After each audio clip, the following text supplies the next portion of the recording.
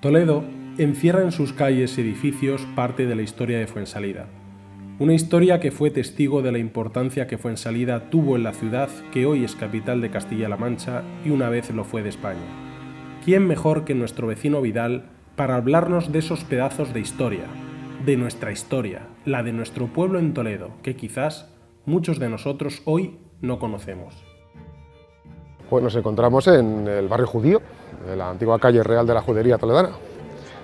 ¿Tiene Fuensalida alguna vinculación con este barrio, Con este barrio, hombre, Fuensalida tuvo también su población judía. Los documentos del siglo XV hablan de una casa que dicen que fue sinagoga, o sea, que fue sinagoga, que tuviéramos una sinagoga en la manzana donde hoy estaría el hogar del jubilado. ¿Más o menos por qué época o por qué...? Siglo XIV, siglo XV.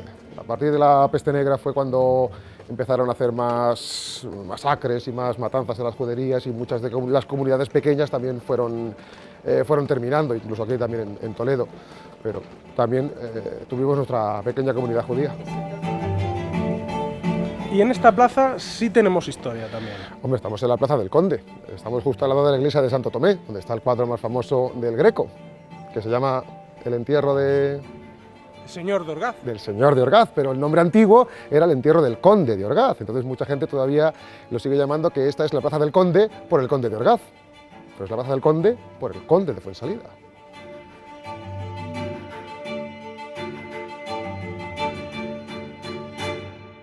Estamos frente del Palacio de los Condes de Fuensalida, aunque realmente lo levantara el primer señor de Fuensalida, don Pedro López de Ayala y Guzmán, y si algún fuensalidano tiene algo que reconoce es el escudo de sus condes, el escudo de los condes con los dos lobos de los López de Ayala, con su bordura de aspas, y que aquí en este edificio vemos representado pues, decenas de veces.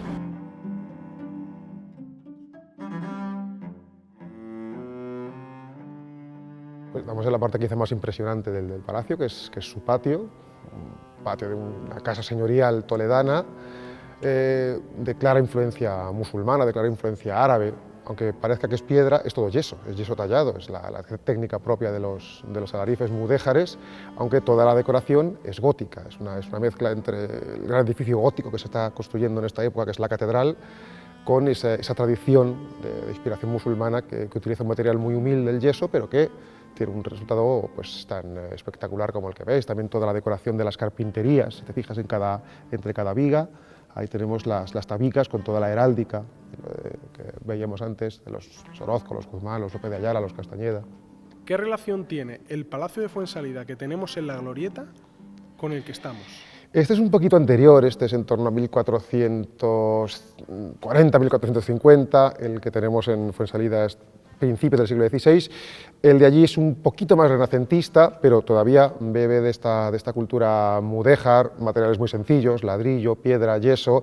Lo que ocurre es que el de Fuensalida hemos perdido buena parte de la decoración que tendríamos allí. Ahí tenemos un patio de piedra, o restos de patio de piedra, ahí hemos perdido pues, las yeserías, hemos perdido las nacelas con las inscripciones, hemos perdido la carpintería, hemos perdido las azulejerías que también tenía, pero también está muy relacionado con este. ¿Qué conde o qué señor de Fuensalida vivía aquí? Aquí vivieron los primeros señores, los segundos señores que fueron los primeros condes, ya a partir de finales del siglo XV, y ya hasta el quinto conde, hasta el que en 1603 marcha a la corte de Madrid, el que en este mismo palacio, en este mismo patio, en estas mismas salas, él levantó una academia de poesía, en el cual venían pues, los más importantes literatos de la época, de finales del siglo XVI, principios del siglo XVII, y un pintor, que evidentemente sabemos quién sería Doménicos Theotocópulos, el Greco, que tiene su obra más famosa justo al lado, en la iglesia de Santo Tomé. Y de hecho, buena parte de esos caballeros del famoso cuadro del Greco pues, serían los miembros de esta academia del conde de Fuensalida. Sin duda, el conde de Fuensalida está representado en el cuadro más visitado de Toledo. El conde de Fuensalida tenía varios cargos desde la época del padre del primer señor, del gran canciller Pedro López de Ayala, ya por el siglo XIV. Él era aposentador mayor del rey, él decía dónde iba a ir el rey a residir en sus viajes. Él era uno de los alcaldes mayores de la ciudad, él era uno de los alcaides de las fortalezas, puertas, puentes y de la ciudad, era quien se encargaba de la vigilancia de quién entraba, quién salía por las puertas de la ciudad, de cobrar los impuestos, de cobrar los portazgos y pontazgos porque entrar y usar las infraestructuras públicas no era gratis, había que pagar, salvo que tuviera algún tipo de exención. Y en este caso, por ejemplo, los ciudadanos de Fuensalida pues sí tenían una serie de ventajas con respecto a otras localidades, porque el conde de Fuensalida era el encargado de cobrar esos impuestos. ¿Tenía algún tipo de cargo en la ciudad o...? Él era uno de los regidores de la ciudad, uno de los alcaldes mayores. Junto con otros regidores, jurados y alcaldes, formaban lo que llamarían el ayuntamiento, lo que llamaríamos el pleno, y pues tenía bastante poder en toda la ciudad. Su voz era oída en todas las reuniones. Sonaba el nombre de Fuensalida en Toledo. Y de hecho, cuando la ciudad de Toledo se rebela contra Carlos V en la Guerra de las Comunidades, uno de los jurados que va a la Santa Junta de Ávila es el tercer conde, es Pero López de Ayala.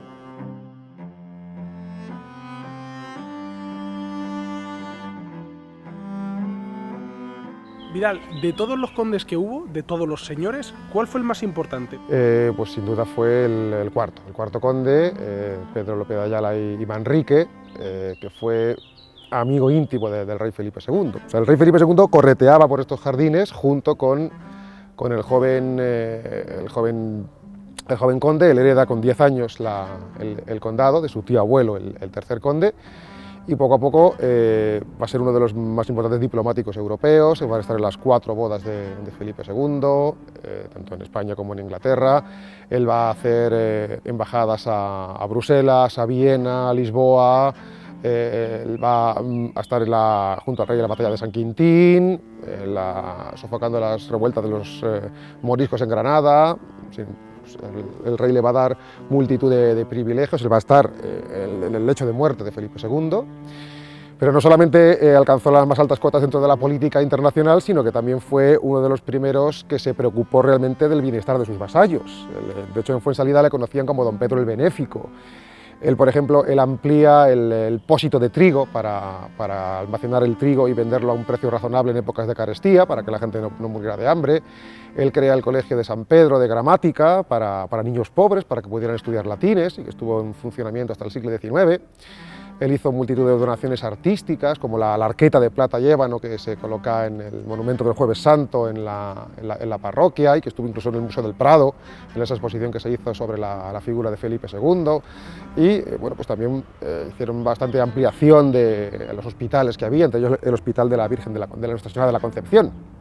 ¿Te suena cuál es, no? Por supuesto. La que llamamos como la ermita de la Virgen de la Soledad. De la Virgen de la Soledad, que es el único resto que queda de ese hospital que fundó el tercer conde. O sea, los condes no solamente querían tener su importancia, tanto en Toledo como en la corte, sino que también, tanto el tercero como el cuarto, se preocuparon también de esa gente humilde, de ese pequeño pueblo que le daba nombre a ese condado.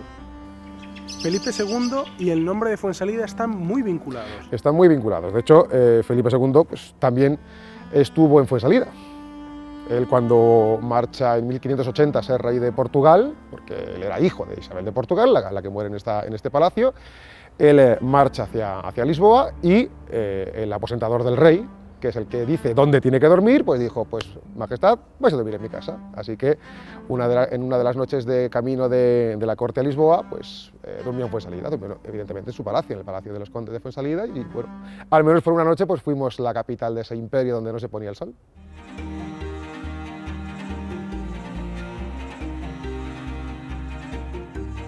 Se le llama popularmente la Sala de la Emperatriz. Aquí fue donde fue velado al pueblo de Toledo el cuerpo de Isabel de Portugal, hasta que al final fue trasladado a Granada. Cuéntanos, porque veo muchos escudos, veo mucho... Dentro de lo que sería la más típica estética mudéjar, lo que son las tabicas, que se repiten una y otra vez, se repiten esos 4 escudos, los Ayala, los Guzmanes, los Castañet de los Orozco, mientras que ya en la parte inferior ya tenemos un friso con pintura mural. Todo esto se restauró hace muy poquito, fue en 2010, cuando esto estaba completamente negro, ahumado, pues podemos imaginar, del humo de las velas, las antorchas, se había ennegrecido, tenía un color muy uniforme. Entonces apareció toda esta decoración con unos colores, pues como vemos, muy ricos, propios de esta cultura mudéjar que se traslada al mundo cristiano. Y entre lo que apareció tiene que haber de nuevo los lobos del escudo de Fuensalida. Eso siempre, por todas partes, el emblema de los lobos, de los lupus en latín, de los López de Ayala, que se repiten hasta la saciedad para que nadie se olvide que estamos en la casa del conde de Fuensalida. No olvidemos, en esta época el 85-90% de la población es analfabeta, no sabe leer ni escribir. La única manera de reconocer que esta es la casa del conde es conocer su emblema, su escudo de armas, y los lobos de los Ayala se repiten no solamente aquí, se repiten en la catedral. Tenemos decenas de escudos de los lobos, ya que dado que uno de los hermanos del conde era el canónigo, don Diego López de Ayala, que incluso en la propia custodia, el día del Corpus, cuando se saca, en la custodia también aparece el escudo de los lobos, porque el canónigo obrero, don Diego, también quiso poner su sello y su linaje.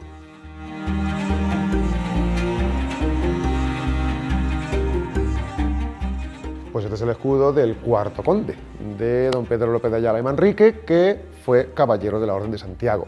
Por eso detrás de las aspas del escudo de los lobos aparece la Cruz de Santiago. Entonces, en el escudo actual de Fuensalida tenemos dos partes. El primero sería la fuente abundante o fuente abundosa, que es lo que significaría literalmente Fuensalida, la fuente que emana.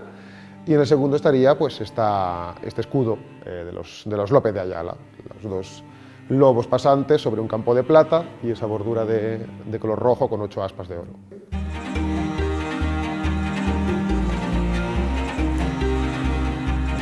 Bueno, Vidal, pues muchísimas gracias, porque hemos podido ver la importancia que tiene nuestro pueblo en la historia, la importancia que tiene Fuensalida con su palacio, el que tenemos en Toledo, el Palacio de Fuensalida.